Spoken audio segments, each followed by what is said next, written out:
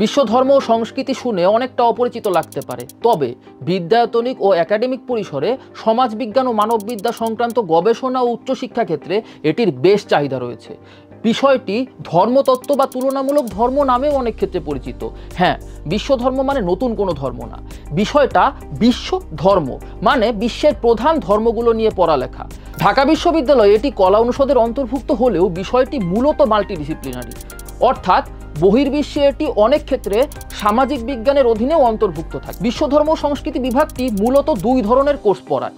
একদিকে পড়তে হয় প্রধান ধর্মগুলোর উপর পরিচিতিমূলক কোর্স, অন্যদিকে পড়তে হয় সমাজবিজ্ঞান ও মানববিদ্যার মূল শাখাগুলোর উপর বিষয়ভিত্তিক আলাদা আলাদা কোর্স।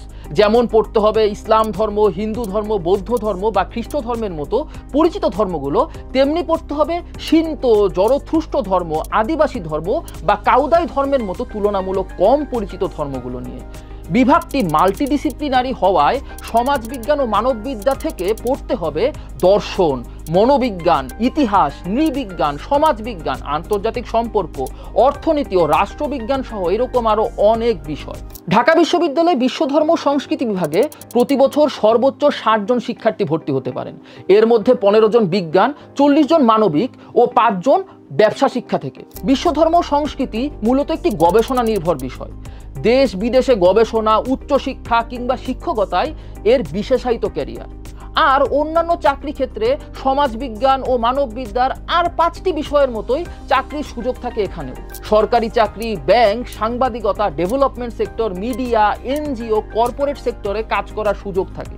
সাবজেক্টটিকে পড়ার জন্য মেধা তালিকায় মানবিক বিভাগ থেকে প্রায় 1300 এর মধ্যে, বিজ্ঞান বিভাগ থেকে 990 সিরিয়ালের মধ্যে এবং ব্যবসা শিক্ষা বিভাগ থেকে 100 সিরিয়ালের মধ্যে থাকাটা মোটামুটি যথেষ্ট বলা যেতে পারে। পড়ার চাপ খানিকটা কম হওয়ায় নিজের স্কিল ডেভেলপমেন্টে মনোযোগী হওয়ার বেশ খানিকটা সুযোগ পাওয়া যায় এই বিভাগে। পড়াশোনার পাশাপাশি গবেষণা প্রকল্পে গবেষণা সহায়ক কিংবা কোনো জাতীয় ও আন্তর্জাতিক উন্নয়ন প্রতিষ্ঠানগুলোকে ইন্টার্ন হিসাবে যুক্ত হওয়ার সুযোগ থাকে অনুবাদেও। পাশাপাশি শিক্ষার্থীদের অনেকেই সমাজ সেবামূলক কাজেও যুক্ত থাকেন। সুতরাং তোমাকে স্বাগত জানাচ্ছি বিশ্বধর্ম সংস্কৃতি বিভাগে।